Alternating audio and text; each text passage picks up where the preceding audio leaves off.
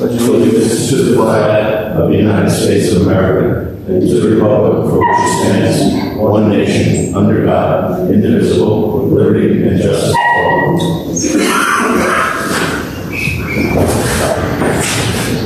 Good evening, ladies and gentlemen. This meeting is now called to order. In line with the Borough of Seabright's long-standing policy of open government and in compliance with the Open Public Meetings Act, I wish to advise you that adequate notice of this regular scheduled meeting was sent to the Asbury Park Press and other local newspapers on January 10th, 2023. In each instance, the date, time, and location of this meeting were provided in the notice. This meeting is open to the public. Roll call. Councilmembers Bieber? Here. Booker? Here. Catalano? Here. Gorman? Here. Gillett? Present. Lamy? And Mayor Kelly is here. All right, we'll begin with a moment of silence for two members of our community who passed away recently, Justin Henschel and Ryan Patrick Mason.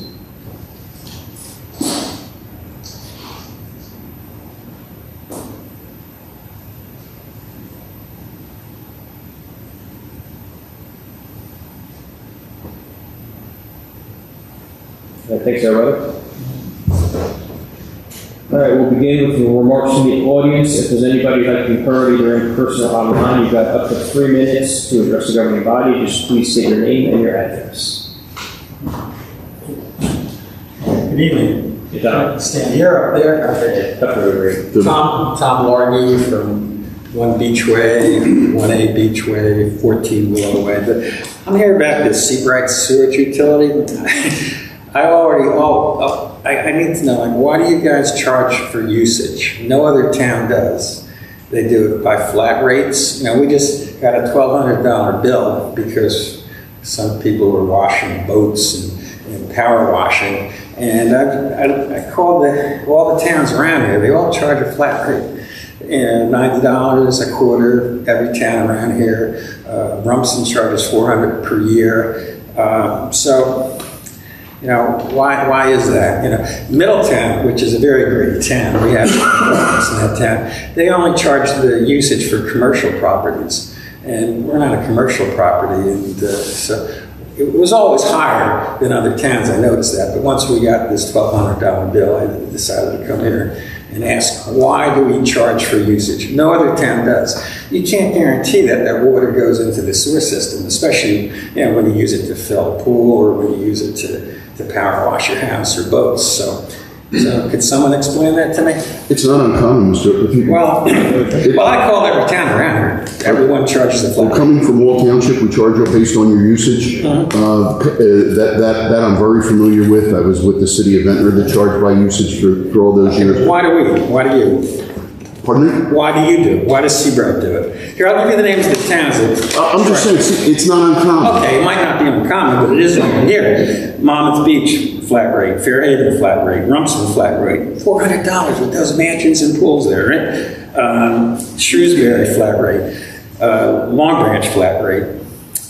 Monmouth Beach, flat rate. I can only add that it's a self-liquidating public utility, so we can't gain revenue from that. Whatever it costs to run the sewer utility, that's what the rates are supposed to cover. So if it costs us X amount to operate the utility, we have to generate it through the users. So maybe our flat rate would be a lot higher. I'm not quite sure. We've never looked at it.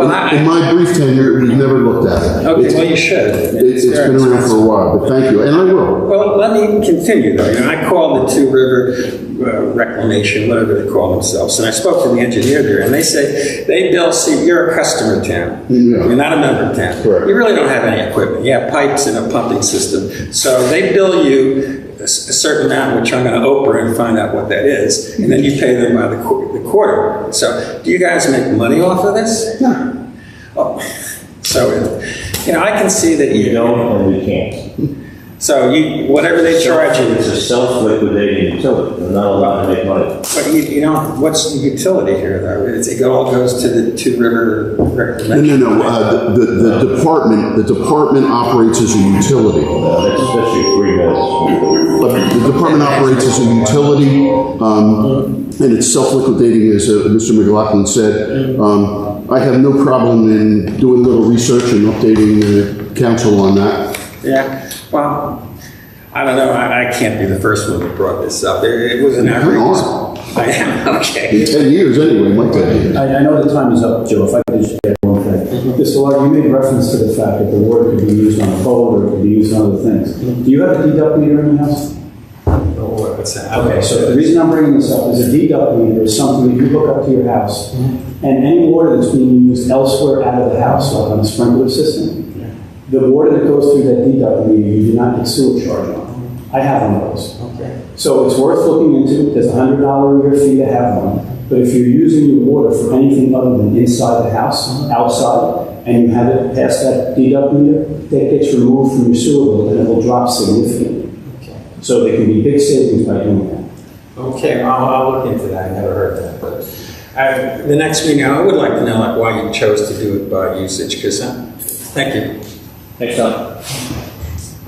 Is there anybody online? There isn't. Okay, I only had that. All right, I guess we can move on then to our consent agenda. Would anybody take? I just had to make a proposal change. Sure. And this would be resolution number 164, authorizing sale of borough surplus property when needed, and that's lists 3 vehicles. But I would recommend that we retain the Chevy Tahoe. They recommended minimum bid $5,000. That's a vehicle that they put a brand new engine in not too long ago, so there's very few miles on the engine. The reason I'm recommending that is because I've been to several of our different claims meetings, and they've had, was a rash, I think, but they had several police accidents.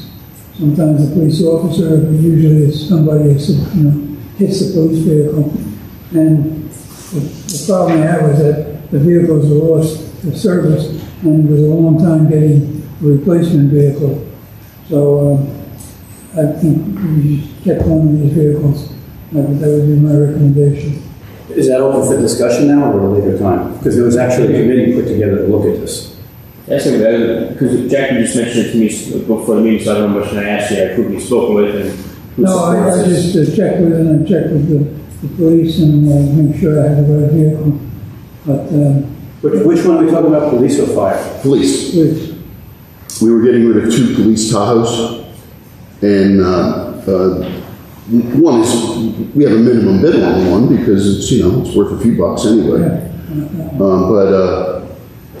We looked at them. Well, I was going to say that there was a process. The committee looked at this in consultation with the department. Chief, was there a change in your?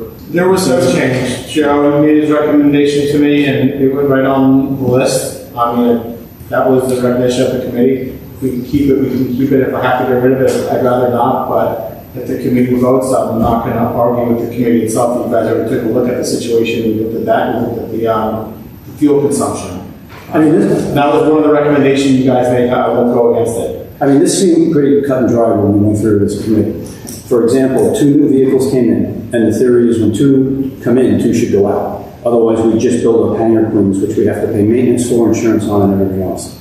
And during the discussion, it was agreed that by 2 coming in, 2 going out would be the appropriate move to try to wean down the number of cars, and the chief was perfectly fine with that. To me, that makes it pretty clear that we want to be fiscally responsible. We don't want more cars sitting out there than we need, and if the department is in agreement with it and the committee recommends it, that should be good enough.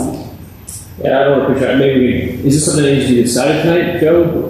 Or do you want to carry to the next meeting? Well, Chris is the one that advertises and does the auction. So is there any time limit, Chris? No, not at all. It was a recommendation.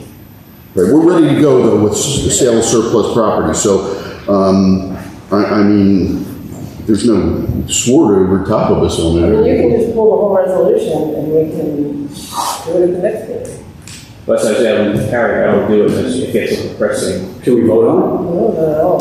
Oh, we could, but I guess I wouldn't mind hearing from the general, put you in a spot in public meeting here, Chief, since you guys spoke about it. Yeah, it was a recommendation from the council, and I took the recommendation, spoke to Joe Gorney about it, and we decided, would I like to keep the truck? Absolutely, I would love to keep the truck.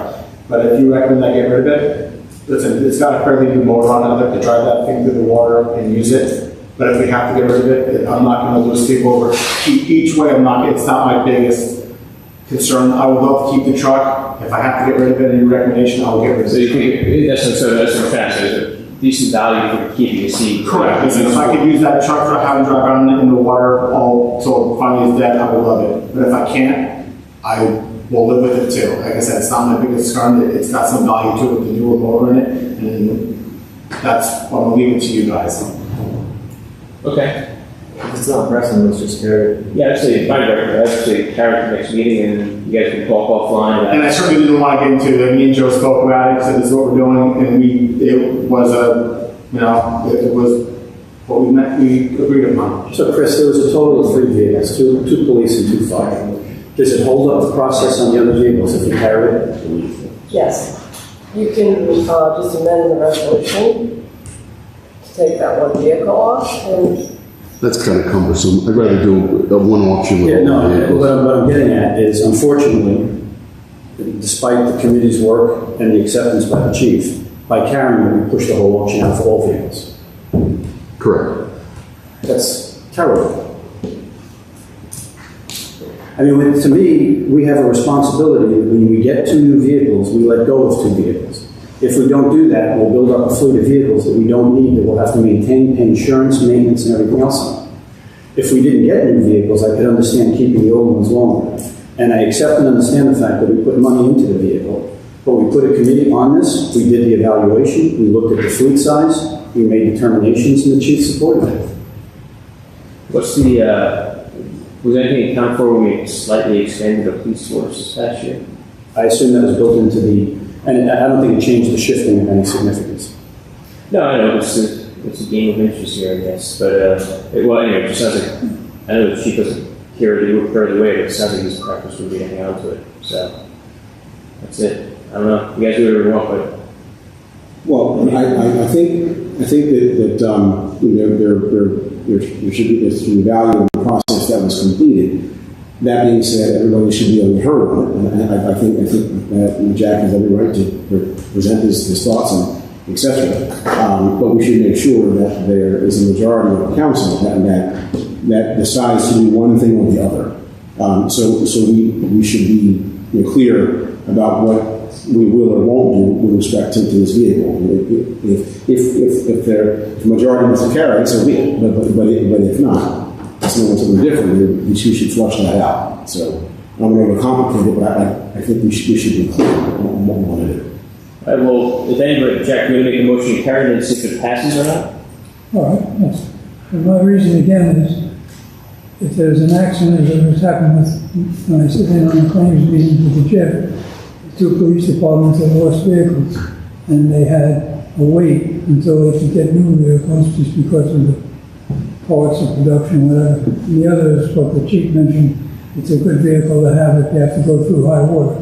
Yeah, it's older, yeah, it's not, you know, it's in good shape, it's not a beater vehicle, but it's nice to not ruin a good vehicle. And it's also, if something happened with the fire, the first aid, not the first aid, the life saving, if they have a vehicle down, they could use that to go into Highlands or whatever. It's just nice to have an operational vehicle. That's my point. All right, so, I don't want to belabor this any further, but leading up to this committee that did the work, and no disrespect to any department, every time I came into town, I counted the number of police vehicles sitting in the back during peak times when the police would be out on the road. There was never less than 5 vehicles back there. Never. So if a vehicle is down, go pick one of the other 5. I'm not disagreeing with that at all, but I just think if Jack has something that he has a concern about, maybe carrying it to the next meeting or talking about it one more time, it's not going to make that. Well, we had a committee do it. We had a committee go off, evaluate it, meet with the departments, both of them, and specifically have them in the room to understand their needs and their concerns. well, all right, well, did you make a motion to carry it, and anybody want to second the motion to carry it? I'll second the motion. All right, so, make a motion to carry resolution number 164, 2023 to the next meeting. All right, roll call. Council members, Bieber, No. Booker, No. Catalano, Yes. Gorman, Yes. Keeler. Yes. All right, so the motion to carry Resolution 164, 2023 passes, so we will make a motion then to make on the balance of to put the rest of the items on the consent agenda, which no longer includes that resolution. So can somebody please make a motion to approve the balance of the consent agenda? So move. Second. All right, Councilmembers Bieber, Yes. Booker, Yes. Catalano, Yes. Gorman, Yes. and Kidder. Yes. All right, the consent agenda passes. We're moving on to ordinances. The first one, I know there's been some discussion about this one too, ordinance 16, 2023. This was made. Does some of you guys want to review this anymore, or what? I'd like to make a motion to push this one also, just because I wasn't at the workshop the board's concerned, and after reading over a few of the violations and stuff, I just wanted to see if we could push that also. Yeah, I personally feel like I should have read it in more detail sooner too. I read it some little extreme to me, but and I think a few others have some concerns and review it further. So I don't know if it's up to you if you want to make a motion to carry that. I'll make that motion. This is ordinance number 16, 2023, an ordinance of the Borough. Hey, Mayor, before there's a vote, I'm sorry to interrupt you. Since I worked this with Tom Hagee, can I just, it's unfortunate it's the 11th hour that this is coming to light, but can you say a little bit about what the concerns are, the reasons for pushing it? I saw some jail time in one of the violations, and I think that might be a little bit excessive. Yeah, when I wrote it, I should have wrote it more covered earlier, but I saw like the second offense, I think it's like a 24-month period, whatever it is. The second offense could involve community service, if it could fire pit in the backyard, and the third offense could involve not only a fine, but community service and jail time. And I thought that was like kind of a little crazy. Okay, so are those the major concerns? Yeah, significant concern. To push it to the next meeting. Yeah, but no, the reason why is I wanted to get with Tom. Tom was the one that put the work into this, and Rich was kind enough to help us with it. I want to go through it with them, let them know what the concern was, so we can come potentially to a next discussion with some remedies to your concerns. Okay. So it's around the penalties. Yeah, and I don't want to, yeah, okay, good enough. Thank you. Yeah. Then we agree on that too. Okay. All right, so you made a motion to carry ordinance 16, 2023? Yes. Anybody want to second that? Second.